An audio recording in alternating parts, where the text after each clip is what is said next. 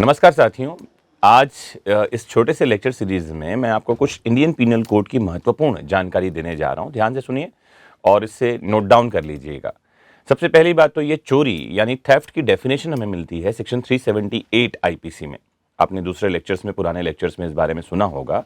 बहुत काम की बात सार में बताऊं आपको तो थेफ्ट यानी चोरी का जो मतलब है वो ये है कि किसी के पोजेशन से, किसी के कब्जे से किसी मूवेबल प्रॉपर्टी यानी जंगम संपत्ति, चल संपत्ति को बेईमानी से यानी डिसऑनेस्टली मूव करना यानी हटाना।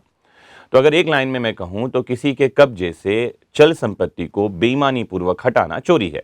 मूविंग ऑफ और taking away any movable property from the possession of any person is known as theft. IPC के सेक्शन 378 को पढ़ने पर हमको यह परिभाषा मिलती है।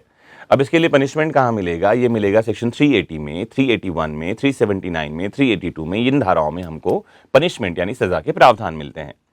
इससे रिलेटेड एक प्रोविजन है आईपीसी में, दैट इज सेक्शन 410, धारा 410। इसमें परिभाषा मिलती है स्टोलन प्रॉपर्टी या चुराई हुई संपत्ति क्या होती है। 410 मैं आपके सामने रीड कर रहा हूं, स्क्रीन में सेक्शन आ रहा है, ध्यान से समझिए, फिर मैं इसे समझाऊंगा। Stolen property is defined in section 410 as property the possession whereof has been transferred by theft or by extortion or by robbery, and property which has been criminally misappropriated or in respect of which criminal breach of trust has been committed is designated as a stolen property.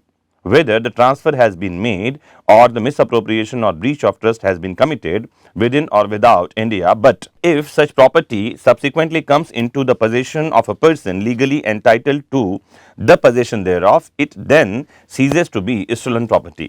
ये परिभाषा कह क्या रही है? ये परिभाषा कह रही है कि चोरी यानी थेफ्ट से ली हुई प्रॉपर्टी, इसके अलावा criminal breach of trust, misappropriation of property, extortion, robbery, इन सब से ली हुई प्रॉपर्टी को भी स्टोलन प्रॉपर्टी कहा गया है। एक कंडीशन इसमें यह डाल दी गई है कि स्टोलन प्रॉपर्टी जो है, अगर ये वापस उस आदमी के पोजीशन में आ गई है जिसके पोजीशन से ये ली गई थी, तो अब इसे स्टोलन प्रॉपर्टी नहीं कहा जाएगा। यह है 410 का लैंग्वेज। आज का लेक्चर जो है वो किस बात पर है मैं आपको ये समझा दूं। आज हम बात कर रहे हैं कि कई बार ऐसा होता है कि जो ज्वेलरी की शॉप वाले होते हैं या इलेक्ट्रॉनिक शॉप वाले होते हैं, वो कुछ लोगों से मोबाइल या ज्वेलरी परचेस कर लेते हैं। कई बार होता यह है कि ये लोग जो बेचने आए हैं, सेल करने आए हैं, ये चोरी की प्रॉपर्टी बेचने के लिए आए हैं। और चोरी की प्रॉपर्टी बेचना और खरीदना अपने आप में पनिशेबल ऑफेंस है। लेकिन पता कैसे चले? जैसे कोई एक आदमी ज्वेलरी की शॉप में आया और वो कहता है कि मेरे पास एक सोने का हार है जो मैं बेचना चाह रहा हूं क्योंकि मुझे पैसों की जरूरत है। वो कहता है मैं इसका मालिक हूं, और ज्वेलरी शॉप वाला उसको परचेस कर लेता है। तो क्या ज्वेलरी शॉप में अगर वो स्टोलन प्रॉपर्टी मिलती है तो ये पनिशेबल होगा? ज्वेलरी शॉप वाले को क्या रेमेडी मिलेगी? और या जो भी कोई परचेसर है, मैं एग्जांपल के लिए ज्वेलरी शॉप की बात कर रहा हूं, उसके लिए उपचार क्या है, क्या डिफेंस वो कोर्ट में रखेगा? आज हम इस बारे में बात कर रहे हैं। तो सबसे पहले देखें, क्या ऐसी कोई प्रॉपर्टी को रिसीव करना पनिशेबल ऑफेंस है? तो सेक्शन 411 आईपीसी में इस बारे में बात है। आइए मैं सेक्शन 411 आपके लिए रीड करता हूं।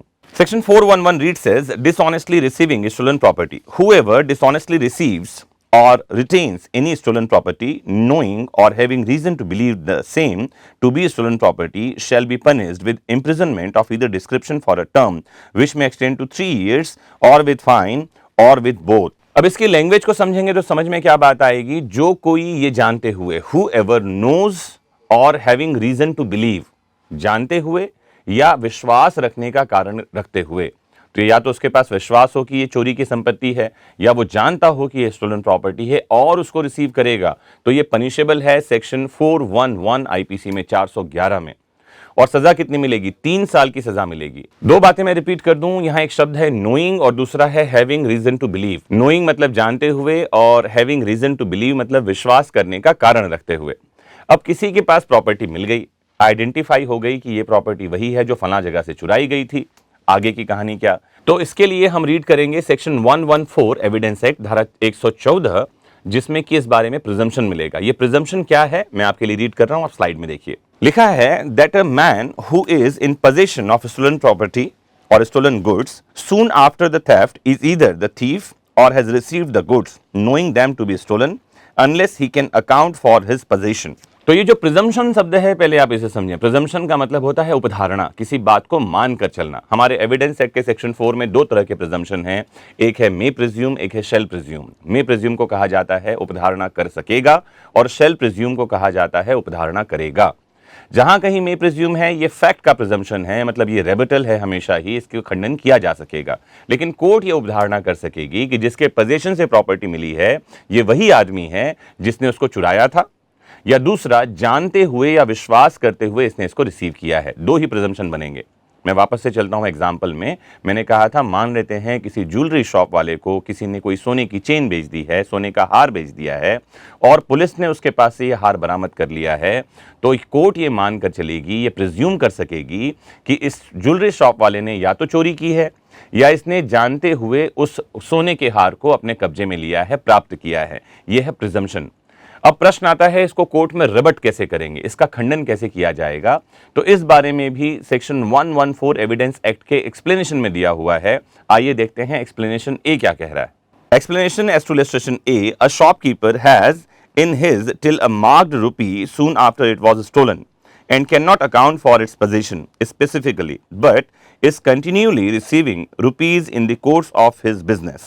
ये एक्सप्लेनेशन कह रहा है कि एक दुकानदार के कब्जे में एक रकम मिली, नोट मिले कुछ जो कि मार्क्ड थे। मार्क का मतलब है या तो स्टोलन प्रॉपर्टी होंगे या फिर रॉबरी हुआ होगा, कहीं से चोरी हुई होगी, ऐसी कोई नंबरिंग वाला होगा, कोई चिन्ह होगा उसका। ऐसी कोई रकम किसी दुकानदार के कब्जे में मिली।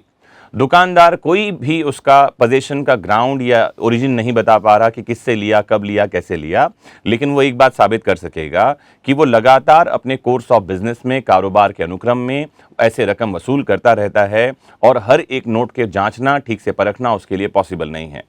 मतलब क्या, मैं समझा दूं। इसका एक्सप्लेनेशन ये कहता है कि कोर्ट ऑफ जस्टिस में सफाई में ये बात कही जा सकेगी कि कोई ज्वेलरी शॉपकीपर जो है वो लगातार सामान किसी से खरीदता रहता है, लेकिन ये बात जरूर जांच लेता है कि क्या जो व्यक्ति बेचने के लिए आया है वो संपत्ति का मालिक है। वो उससे साधारण इंक्वायरी करता है, उसका नाम, पता, एड्रेस भी वो अपने पास रख लेता है इस बात को समझने के लिए कि क्या ये आदमी जो है उसका मालिक है। और जैसा कि सेक्शन 110 एविडेंस एक्ट कहता है कि position is the prima facie evidence of ownership, कब्जा ही मालिकाना हक का पहला सबूत है। तो शॉपकीपर को क्या साबित करना पड़ेगा? उसको साबित करना पड़ेगा कि वो बोनाफाइड परचेसर है। बोनाफाइड मतलब उसने गुड फेथ में, सद्भावना पूर्वक वो सामान खरीदा है। दूसरा, उसको साबित करना पड़ेगा कि उसने साधारण तस्दीक कर ली थी कि ये सामान चुराया हुआ नहीं है, जो आदमी बेचने आया है वही इसका मालिक है। तीसरी एक बात और वो साबित कर सकता है कि कारोबार के अनुक्रम में ऐसी ज्वेलरी वो लगातार खरीदता बेचता रहता है, और इस बात से उसको माफ़ी मिलेगी। वो बचाव हो सकता है कि स्टोलन प्रॉपर्टी ना तो उसने चुराई है और ना ही उसने जानते समझते जानबूझकर उस प्रॉपर्टी पर कब्जा रखा है।